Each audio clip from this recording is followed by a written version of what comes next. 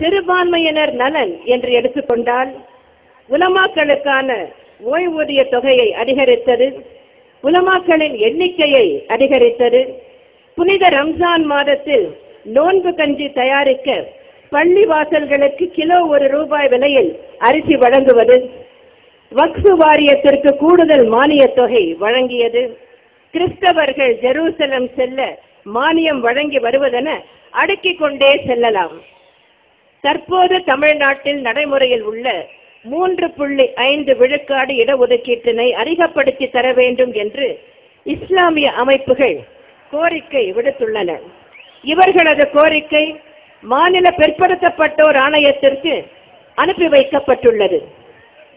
சமூக நீதியை பாதுகாக்கும் வகையில் வடமான பிரிவினரையும் உள்ளடக்கிய 69 விழுக்காடு இடஒதுக்கீட்டிற்கு வழிவகை செய்துள்ளோம்.